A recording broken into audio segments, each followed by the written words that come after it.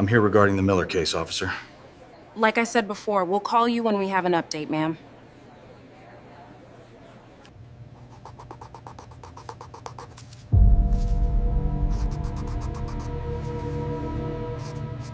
The fluorescent lights hummed overhead, casting a sickly glare across the crowded precinct lobby.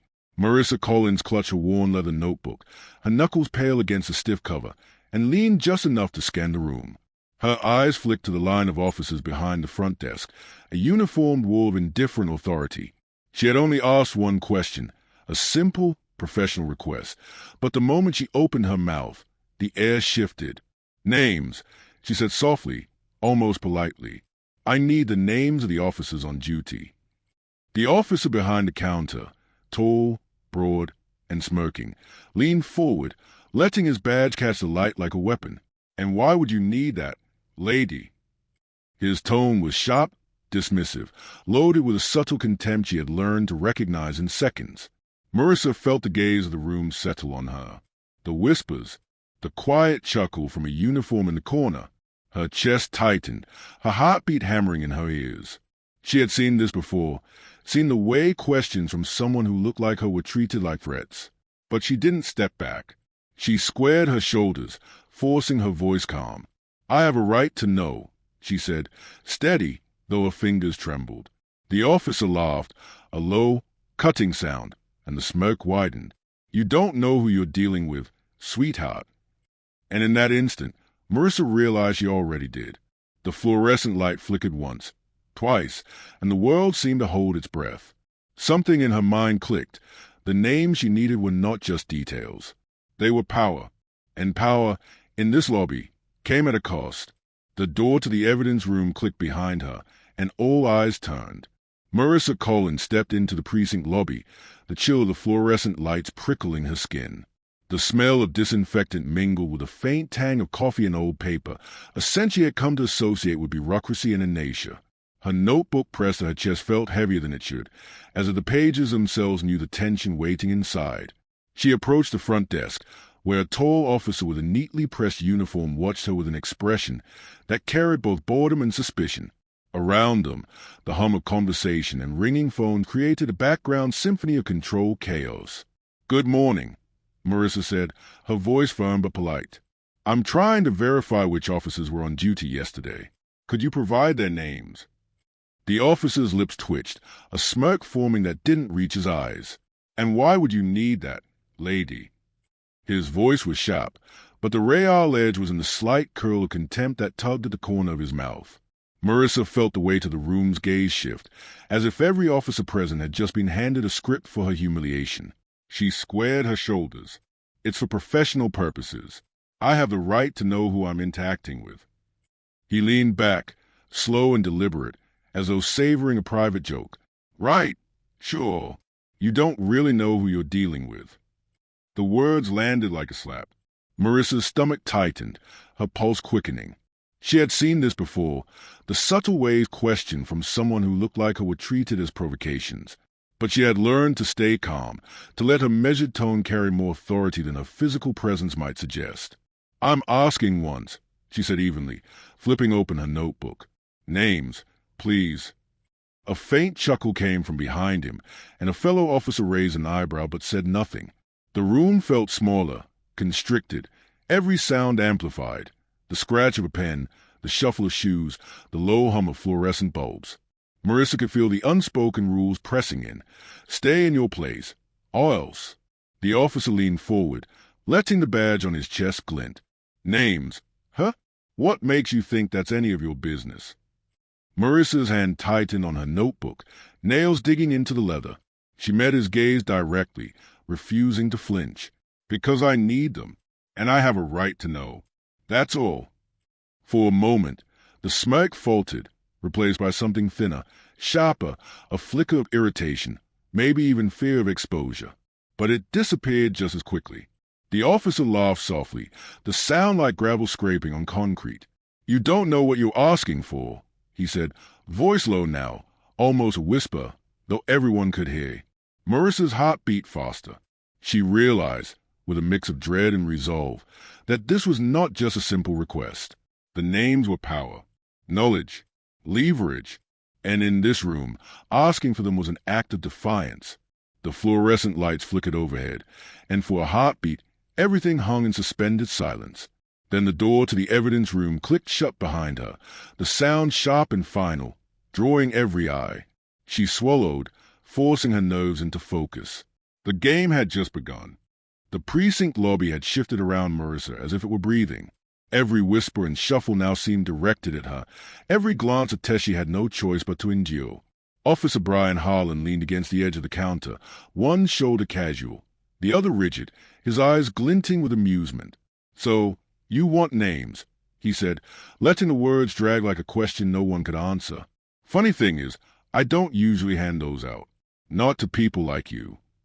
Marissa's jaw tightened, but she kept her voice calm. "People like me." "Yeah," Harlan said, tilting his head. "The ones who ask too many questions, who think politeness earns them courtesy." He chuckled, sharp and low, the sound bouncing against the sterile walls. A clock behind him glanced at Marissa, then quickly looked away, pretending to type. Another officer, a young woman with a ponytail, shifted uncomfortably but said nothing. Silence had a voice here, an oppressive, complicit hum. Marissa opened her notebook and tapped the cover lightly. "I'm asking once more. Names of the officers who were on duty yesterday. That's all." Harlan smirked, a slow, calculated expression that made the hairs on the back of her neck rise. "You sure you're in the right place for that kind of request? I've seen people like you get discouraged." "I'm in the right place," Marissa said. "I'm also not here to be intimidated." He leaned closer, lowering his voice so that only she could hear. "Intimidated? Sweetheart, you have no idea what that word even means. You're lucky you're just asking questions instead of filing complaints already." A ripple of laughter, quiet but unmistakable, passed from another officer behind the counter. Marissa kept her eyes steady, refusing to allow her pulse to betray her. She noted every expression, every small gesture, committing them to memory. These weren't random actions. They were part of a pattern she had seen far too many times. "Do you always treat people like this?" she asked, soft but piercing. "Or is it just me today?" Harlan laughed, short, almost mocking. "It's a public service, sweetheart. Keeps things in order. You asking for names? That's trouble." Marissa's grip on the notebook tightened. The irony wasn't lost on her. She was supposed to feel powerless here, yet it was his behavior that made him transparent. Every smirk, every dismissive gesture, a self-revealing map of arrogance and insecurity. "I'm not here to cause trouble," she said. "I'm here to do my job. If you refuse, I will document this interaction and escalate appropriately. That's my responsibility." The words hung between them, taut as a wire. For a brief moment, Harlan's smirk flickered, the corner of his mouth twitching as though considering the threat. Then, with a slow exhale, he leaned back, arms crossed. "You know," he said, voice loud enough now for others to hear, "I like calm people, but calm can be dangerous. Don't get too comfortable asking questions you don't need answers for." Marissa nodded slightly, keeping her notebook steady. "I need answers I'm entitled to. That's all. No more, no less." A hush fell over the lobby, punctuated only by the distant hum of the ventilation system. Marissa felt a collective awareness of the room settle around her, oppressive but also oddly energizing. She was visible, yes, but so was her composure. Harlan's smirk returned, slower this time, as if savoring a delayed punchline. "You don't know who you're messing with, do you?" Marissa met his gaze, unwavering. "I know exactly who you are. And I also know this. Everyone who watches but does nothing is complicit." The statement landed like a small bomb. A clock nearly dropped a pen. Harlan's eyes narrowed for a second, quick and sharp. Then he turned his attention to another officer as if nothing had been said. But the tension didn't dissipate. It lingered, charged, an electric current in the stale air. Marissa exhaled slowly. She felt the adrenaline buzzing in her veins, the edge of fear and determination coiling together. This was no longer just about names. It was about watching patterns, noting weaknesses, and understanding the ecosystem of abuse that protected officers like Harlan. As she stepped back from the counter, her notebook clutched tight, she realized something crucial. The room itself was a participant in the harassment.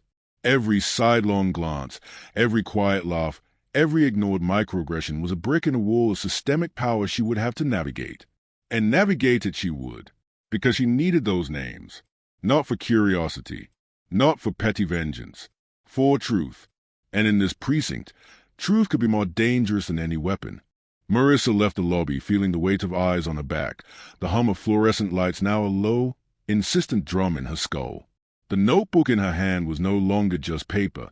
It was armor, a record of everything, a ledger against dismissal.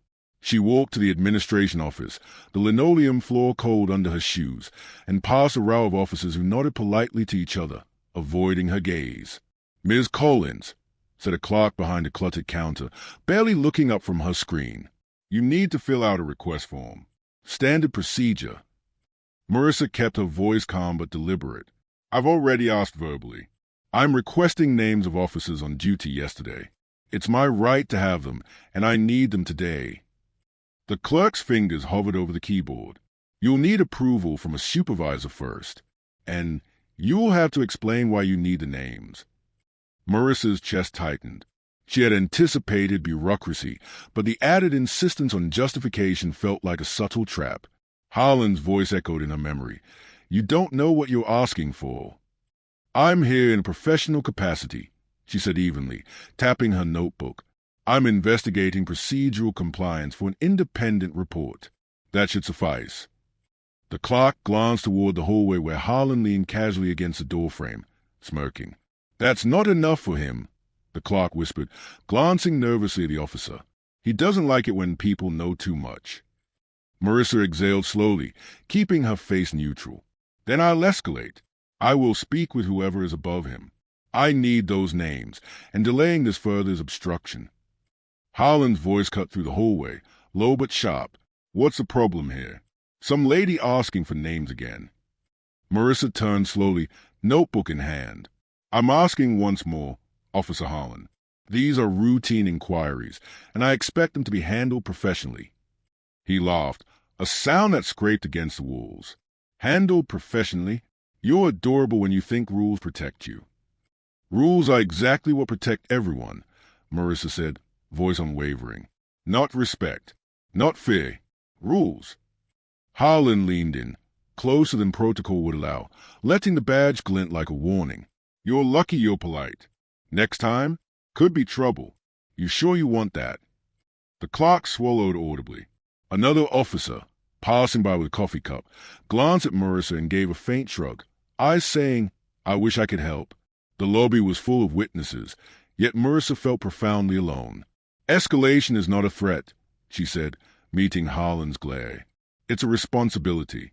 If you cannot provide the names, I will document this interaction and forward it to internal affairs."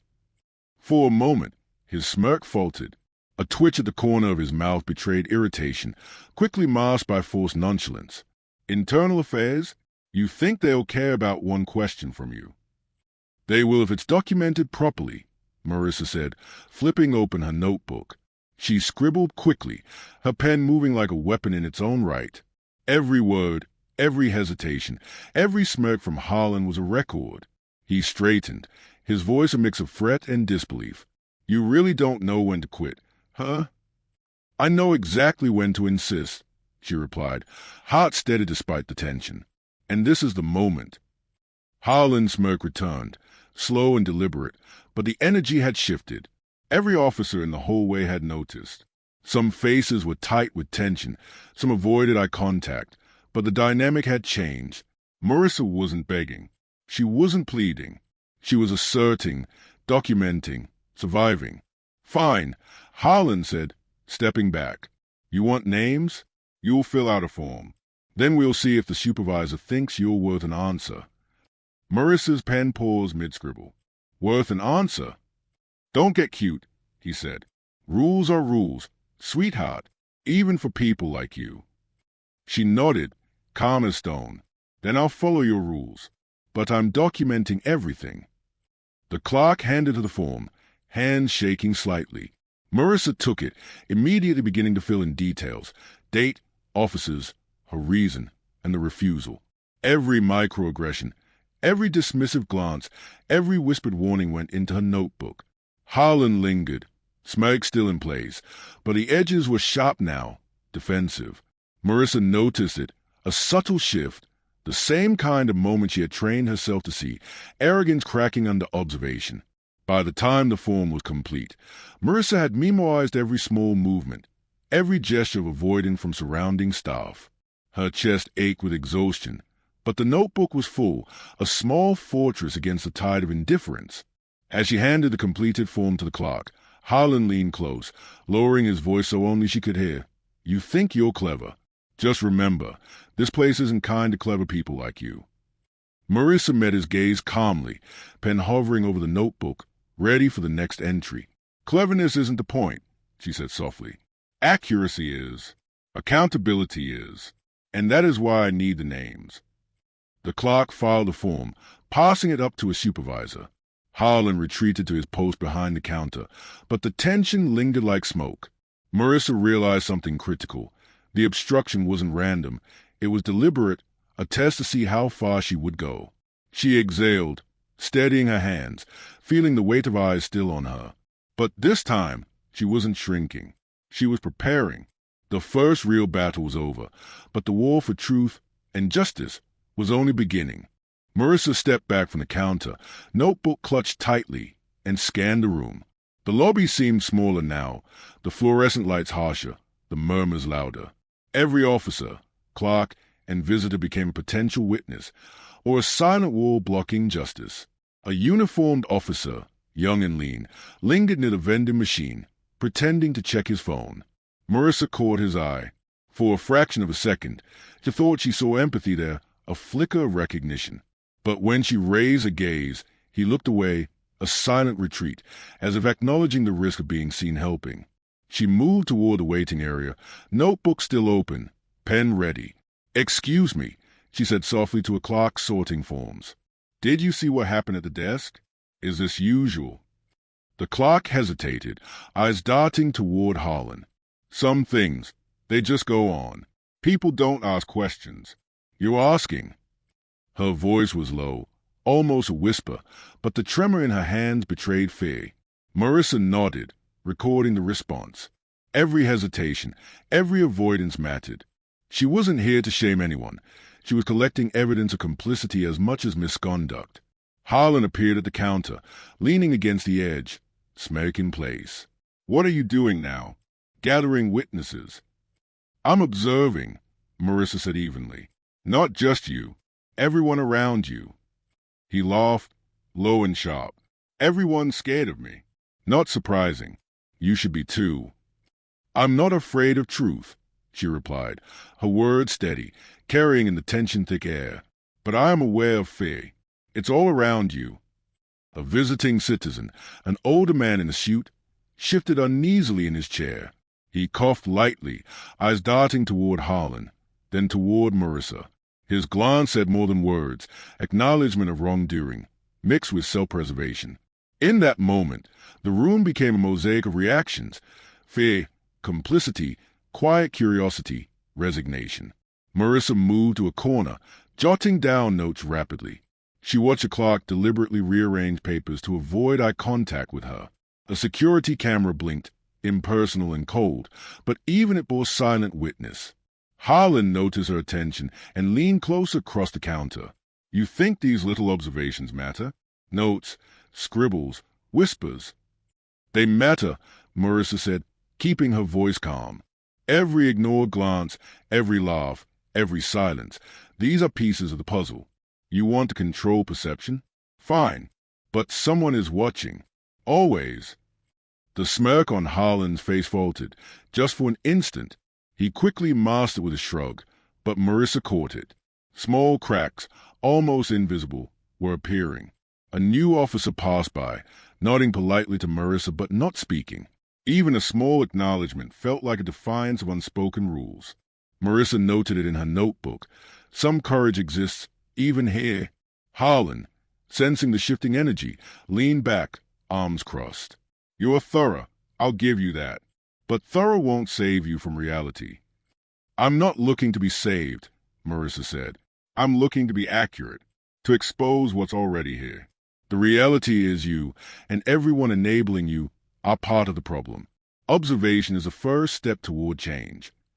He stayed, irritation flashing in his eyes, but no words came. The tension between them was palpable, silent, charged, heavy. The room held its breath with him. A clerk near the printer whispered to another, words just soft enough for Marissa to catch. "She's brave. I couldn't." Marissa allowed herself a small nod, acknowledging the bravery she saw, and then returned to her notes. Every glance, every murmur, every smirk she recorded was part of the ledger she was building, a map of complicity and courage, fear and defiance. She glanced back at Harlan. His smirk remained, but it no longer dominated the room. The walls were no longer just barriers. They were witnesses. And witnesses, she knew, could shift the balance. Her hand hovered over the notebook as she wrote, "The walls speak. The people speak. Only the blind refuse to listen." Then a sudden movement near the door caught her eye. Another officer, older and deliberate, paused mid-step, watching the interaction. He didn't intervene, but he didn't leave either. The presence was significant. Neutrality wasn't always silence. Sometimes neutrality meant observation, which meant accountability could come later. Marissa closed her notebook gently, standing straighter. Every micro-gesture, every quiet acknowledgement, every hesitant glance was part of the record. And when the time came, she would use it. The fluorescent lights flickered again, casting shifting shadows across the floor, painting the room with tension. Harlan noticed, his smirk twitching. Marissa allowed herself the smallest, controlled smile, proof that courage could exist in small increments, even in spaces dominated by fear. The room remained silent for a heartbeat longer, then hummed with the usual noise of phones and footsteps. But Marissa felt it differently now. Every whisper, every glance, every reluctant acknowledgement was a potential ally, a witness, a crack in the walls of oppression. She exhaled, feeling the weight of both the room and the responsibility she bore. Observation was no longer passive. It was the first act of resistance. Marissa returned to her car with the notebook pressed against her chest, the precinct looming behind her like a fortress. Every detail she'd recorded, Harlan's make, the whispered complicity, the hesitation in Clark's hands, felt heavier now, as if the paper itself carried the weight of witness testimony. She opened the passenger door and spread the notebook on her lap, flipping through pages with precision. The scribbles, shorthand, and observations formed a pattern. Harlan's arrogance wasn't isolated. It was reinforced by silence. By the time she had finished her first pass, the map of systemic obstruction and intimidation was clear.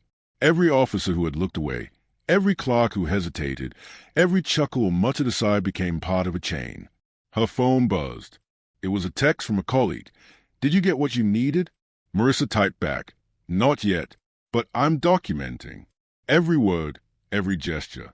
Harlan had underestimated one thing, diligence. While he had relied on fear, Marissa relied on precision.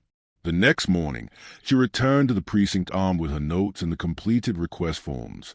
Harlan was already at the counter, scanning papers with a casual arrogance that grated on her nerves. "Back so soon," he said, voice dripping with mock surprise. "Yes," she replied evenly. "I submitted the forms. I also have additional documentation from yesterday. Any attempt to delay or obstruct will be noted." He glanced at her notebook and laughed, low and dismissive. "Documented what exactly?" "Some scribbles." Marissa's eyes narrowed. "Every reaction, every refusal, every hesitation. All of it. I have dates, times, and names." The smirk faltered for a moment. She saw the quick flicker of unease in his eyes, small, almost imperceptible. But it was there. Harlan had relied on invisibility, on intimidation without accountability. But now, she was turning the tables. "Names," she said, voice soft but edged. "I need the officers who were on duty yesterday."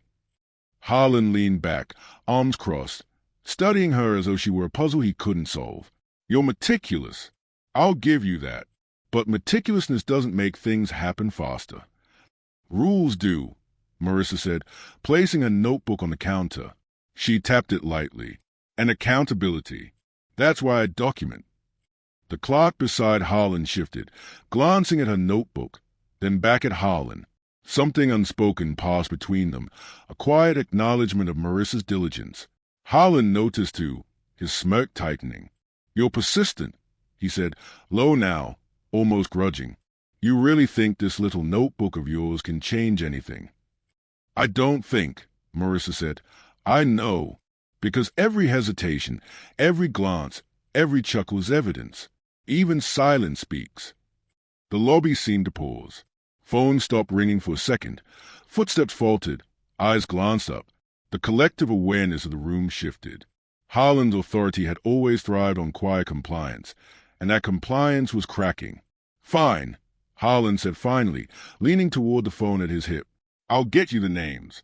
But don't think this changes anything." Marissa noted the words carefully, recording both tone and intent. She didn't respond. Documentation was silent but powerful. Every note she made, every hesitation she captured, became part of a growing ledger, an irrefutable map of systemic bias, intimidation, and power abuse. She glanced around the lobby again. Bystanders and clerks still whispered, still avoided eye contact, but the awareness of observation hung like electricity in the air. Someone somewhere was watching her, but she didn't need validation. The notebook itself was a witness. Harlan finally spoke into the phone, giving names that Marissa quickly wrote down. She didn't flinch as he watched her every stroke of the pen, noting even the subtle satisfaction on her face. "You really are thorough," he said again, smirk now replaced by a sharp, taut edge. "Too thorough, maybe." "Thoroughness is my job," Marissa said evenly. "And now you've made it mine to ensure transparency. That's all." She closed the notebook gently, but the weight of it remained in her hands. Every entry, every hesitation, every flicker reaction was more than a record. It was leverage, a shield, and a tool all at once. Harlan may have been in a position of power, but her diligence had shifted the balance, if only slightly. As she stepped back, she realized something profound. Systemic injustice depended on silence, on small act of omission, fear, and avoidance. She had disrupted that silence, not with noise or anger, but with precision, observation, and unwavering calm. Harlan watched her go, and for the first time, the smirk didn't fully return. She could see the cracks beneath the practiced arrogance, the small threads of unease. That was enough for now. Her notebook rested against her chest as she walked out of the precinct again. Every page told a story, and every story was a step toward accountability. She had learned that power relied not only on authority, but also on the complicity of witnesses who looked away. And now, they would have no excuse. The documented silence, once a weapon against her, was becoming her tool. The precinct was quieter than usual when Marissa returned that afternoon. Sunlight spilled through the narrow windows, casting long, harsh shadows across the linoleum floor. Harlan was at the counter, arms crossed, smirk plastered on his face, but it no longer carried the easy dominance it once did. Marissa's notebook was open on the counter, pen poised, her presence deliberate. "You're back," Harlan said, voice casual but edged with irritation. "What now? More observations? More notes?" Marissa met his gaze steadily. "I've completed my documentation, and now I'm asking directly the names of the officers who were on duty yesterday, and any records associated with their assignments. I expect compliance." The smirk faltered slightly. "Compliance? You really think you can order me around?" "I don't think," she said softly, almost a whisper. "I know, and you're about to see why." She opened the notebook, sliding it toward him. He raised an eyebrow, curiosity mingling with suspicion. Pages of meticulously recorded interactions, timestamps, sketches of gestures, and subtle notes detailing microaggressions and obstruction lay before him. "Every refusal," Marissa said, her voice calm but firm. "Every chuckle, every hesitated glance, every dismissive word. You're on record. And so is everyone who looked away." Harlan's fingers flexed on the counter. "You're wasting your time. This is a desk job, not a courtroom. Nobody cares about a few scribbles." "They do," Marissa replied evenly, flipping to a page that outlined the conversation from yesterday, including the whispered comments she had overheard. "Because the pattern is clear. Your behavior, your intimidation, your smirks, it's systemic. And I have proof." A clerk shifted in the background, pretending to file papers but watching closely. Another officer peeked from a hallway, curiosity breaking through practiced neutrality. Harlan noticed. The environment that had protected him now highlighted his vulnerability. "You really think a notebook changes anything?" he spat. "I have decades in this precinct. People respect me. People obey me. You think you can just—" "People obey fear," Marissa interrupted. "Not authority. And fear isn't respect. You relied on silence, on complicity. But silence doesn't protect you when it's documented." Harlan's smirk had vanished entirely. There was a twitch at the corner of his mouth, a crack in the polished arrogance. Marissa saw it and leaned just enough to assert presence without aggression. "I've documented dates, times, witnesses, and reactions," she continued. "I've documented your attempts to intimidate, to obstruct. Every officer who chose not to intervene, every clerk who whispered in fear, every bystander who turned away. They're all on record. Accountability is imminent." Harlan's jaw tightened. He leaned forward, lowering his voice, sharp and threatening. "You don't know what you're playing with. This precinct isn't your playground." "Playground?" Marissa's voice rose slightly, though still controlled. "No, this is my workspace, my profession, and the law allows me oversight and accountability. You underestimated me. That's your mistake." The room seemed to hum with tension. Other officers glanced at Harlan, noticing the shift. For years, he had relied on invisibility, on the assumption that microaggressions would be ignored, that silence was obedience. But here she was, calm, unflinching, and armed with evidence. "You're thorough," Harlan said finally, voice tight. "Too thorough. Too persistent. You think a few scribbles make you untouchable." "Not untouchable," Marissa replied, "but undeniable. Every hesitation, every act of complicity, every smirk, you and the system that enabled it are all on record." Harlan slammed a fist lightly against the counter, the sound sharp and hollow in the suddenly tense room. "I don't need this." "And yet," Marissa said, calm as ever, "you've already created it. You've given me the evidence. You've made the case for accountability yourself." Harlan's eyes darted to the clerk and officers, then back to Marissa. He realized the power dynamic had shifted. For the first time, his authority felt conditional, dependent on perception, documentation, and the courage of someone he had dismissed. "Fine," he muttered, voice low and brittle. I'll submit the names. But don't think this ends here." Marissa nodded. "It ends only when accountability is met. For you, for everyone complicit, for the institution that allowed this." A young officer, who had been quietly observing, stepped forward. Can I help? There are records I can pull." Marissa glanced at him, appreciative but controlled. "Thank you. Documentation is powerful, but corroboration strengthens it. Your help is noted. Discretion matters here." Harlan's gaze flicked between them. Every smirk, every dismissal, every laugh of superiority was gone. What remained was a tension of being watched, recorded, and confronted with undeniable evidence. "You're persistent," Harlan said finally, quieter, almost defeated. "You'll regret this." "Regret is subjective," Marissa said, closing her notebook and standing straighter. "Accountability is objective, and that is what matters." The names arrived shortly after, carefully handed over by Harlan, the gesture stiff, begrudging. Marissa copied them into a notebook, every signature, every scrawl, every reluctant compliance recorded. Each mark was another step toward exposing the abuse. She closed the notebook, feeling the weight of evidence in her hands. Harlan's presence behind the counter felt smaller now, diminished by exposure, by observation, and by courage. "You've changed the room," Harlan said quietly, almost to himself. "And you changed me." Marissa didn't respond. She didn't need to.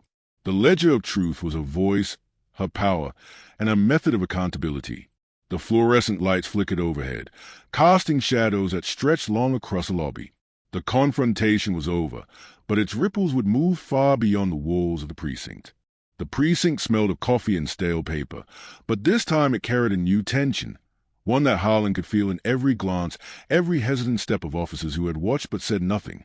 Marissa arrived early, notebook in hand, ready to submit her compiled evidence to the Internal Affairs Office. The door to the supervisor's office swung open, and Lieutenant Sanchez, a woman with a sharp gaze and clipped tone, greeted her. "Ms. Collins, you said you had documentation." Marissa nodded, sliding the notebook across the desk. "Yes. Every interaction, every microaggression, every moment of obstruction. I've included names, dates, times, and witness notes." Sanchez flipped through pages rapidly, her expression tightening with each passing note. This is thorough, very thorough, and all from one day." "Multiple interactions over 2 days," Marissa corrected. "I began documenting systematically as soon as I noticed patterns. I also noted institutional behavior, the silent complicity, the hierarchy of intimidation." Sanchez exhaled slowly. "This is substantial. Internal Affairs will have a hard time ignoring it. Harlan is, well, he's respected, but this," she gestured to the pages, "this is clear misconduct and evidence of systemic issues." Marissa felt a flicker of relief. Not victory, not yet, but a foothold. "I want this addressed formally, properly, not just dismissed." Sanchez nodded. "You will have a meeting next week, but be prepared. This will stir the pot. Officers don't like exposure." Meanwhile, word of Harlan's confrontation spread quietly through the precinct. Whispers reached ears he trusted. Small cracks in his armor appeared in subtle ways. A clerk who refused to answer his question without confirmation, a young officer avoiding his side, a supervisor pausing longer than usual before deflecting a call. Harlan noticed but couldn't act openly. His smirk, once a shield of authority, now felt brittle. He attempted to regain control with a sharp comment to a passing officer. "Stay sharp, people. Remember who's in charge." The officer shrugged politely, eyes flicking toward Marissa, who stood in the lobby taking notes. Harlan's words rang hollow. Authority was no longer just a title. It required consent and compliance, and he could sense both slipping. By midweek, Internal Affairs called a preliminary meeting. Marissa entered, composed, every page of a notebook aligned meticulously. The room hummed with bureaucratic tension. Officers, supervisors, and administrators, all present and all under scrutiny. Sanchez opened the meeting. "We've reviewed Ms. Collins's documentation. Officer Harlan, your conduct, as observed, raises serious concerns. Your behavior constitutes harassment, intimidation, and obstruction. Do you have a response?" Harlan shifted, trying to summon the casual arrogance that had shielded him before. "This is exaggerated. She's taken a few interactions out of context." Marissa's notebook clicked open. "Context matters," she said evenly, "but the pattern does not lie. Multiple officers observed your behavior. Multiple clerks noted hesitation and fear. Every act, every microaggression is documented, with times, dates, and witnesses. This is not context. This is systemic behavior." The room fell silent. The weight of evidence was undeniable. Harlan's usual allies avoided eye contact. The room's walls, once passive observers, seemed to amplify accountability. A young officer spoke up, hesitantly but firmly. I witnessed several of these interactions. The intimidation, the refusal to cooperate. It was unsettling. I didn't intervene, but it's true." Another nodded, adding quietly, "I saw it too. We all did, and she's right. Every silence, every glance away contributes to the problem." Harlan's eyes widened. The allies he relied on for invisible protection were no longer in his corner. The evidence was corroborated, undeniable, and documented. Lieutenant Sanchez closed a notebook slowly. "Officer Harlan, given the evidence and the corroboration, you will be suspended pending investigation. Further disciplinary actions will follow, including review of past interactions." Harlan's face paled, the confident smirk finally gone. You can't do this. I'm a respected officer." "Respect is earned, not assumed," Marissa said softly, steady, unwavering. "Authority is conditional on accountability. You've been exposed to what your colleagues already saw, your abuse of power and the complicity it enabled. The room shifted again. Officers exchanged glances, some nodding subtly, some silent with relief. Marissa closed a notebook, feeling the gravity of the moment settle in her chest. It wasn't triumph. It wasn't celebration. But it was accountability.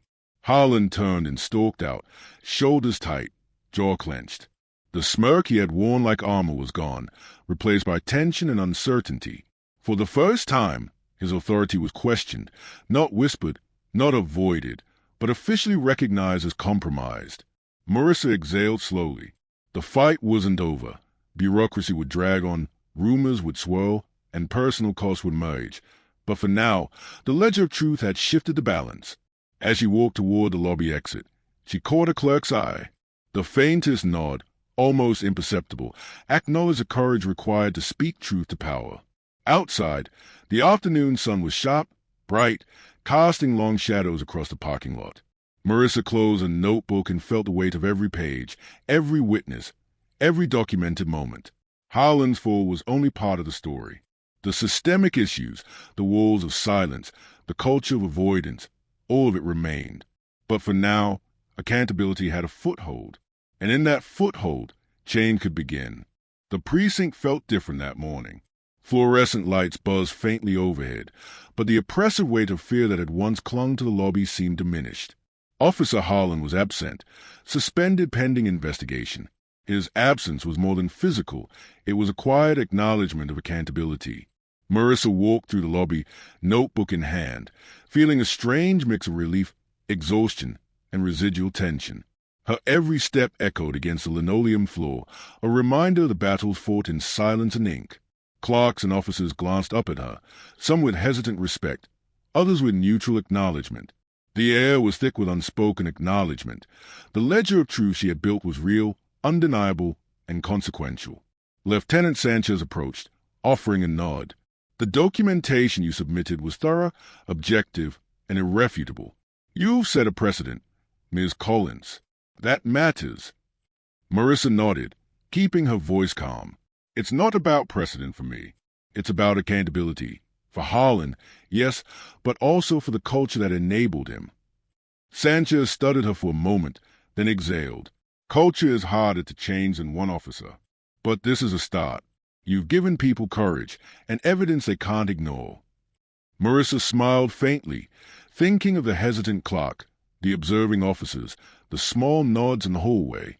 Courage, she realized, often moved in increments, small enough to be ignored until it became impossible to suppress. The lobby phone rang, breaking the quiet. Marissa answered professionally, noting the details, taking names, documenting again. The work of truth was continuous, relentless, but at least it was no longer ignored. Outside, the sun spilled across the city streets, bright and indifferent to the battles within the precinct walls. Marissa walked to her car, notebook clutched, reflecting on the emotional cost. She had faced intimidation, microaggressions, and institutional resistance, and though she had prevailed in a sense, she felt the lingering weight of every glance, every whisper, every silent act of complicity. She thought of Harlan, the smirk replaced by tension, the facade of authority cracked by exposure. He had learned the hard way that fear could not replace accountability. His suspension was not just personal consequence, it was a reflection of systemic acknowledgement, a rare but meaningful instance of justice. Marissa exhaled, the notebook against her chest a physical reminder of her work and her persistence. Justice was imperfect. It was slow, uneven, and often incomplete. But it was real when pursued with care, courage, and precision. A young officer approached, hesitant but determined. I just wanted to say, thank you. I didn't know how to respond before, but seeing what you did, it matters. Marissa looked at him, seeing both relief and the cautious hope in his eyes. Documenting truth isn't about heroism, she said softly. It's about accountability. Courage exists in small acts, even ones you don't notice immediately. Don't underestimate your own role. The officer nodded, a faint smile breaking across his face. I won't. Thank you. As she finally reached her car, Marissa paused and looked back at the precinct. The building that had once felt suffocating, now a landscape of small, hard-won victories. Harlan's absence was a reminder that even entrenched power could be challenged, and even walls of silence could crack under observation. Her notebook rested on the passenger seat. Each page was a story, a witness, a record of resilience. She thought of the system, its flaws, its complicity, its capacity for resistance. The fight was far from over, but she had carved a path forward, one careful, deliberate step at a time. Driving away, she reflected on the emotional cost. Accountability had been won, but personal cost remained. The tension, the fear, the constant vigilance. These were the marks left by confronting systemic abuse, the lingering echo of walls once impenetrable. But she also felt something lighter, a spark of hope. Witnesses had shifted from passive observers to allies in small increments. Harlan had been exposed, forced to face the consequences of his actions, and she had learned that courage, methodical and deliberate, could challenge entrenched power. Marissa exhaled deeply, letting the tension ease slightly. There was no triumphal victory fanfare, no dramatic applause, just quiet acknowledgement, documentation, and the hard work of holding systems accountable. Her phone buzzed again, a message from a colleague. "You did what most wouldn't dare." Marissa smiled softly. "I did what I had to do," she thought. "That's enough." The sun dipped low in the sky, casting long shadows across the streets. The precinct faded behind her, but the work, the vigilance, and the commitment to truth traveled with her. Every documented act, every witness, every small acknowledgement was a thread weaving the possibility of change, one measured step at a time. Even in a world built on silence and complicity, exposure and courage could create cracks through which justice could shine. Marissa pressed her hand to the notebook one last time, feeling its weight, and drove on, resilient, vigilant, and unbowed.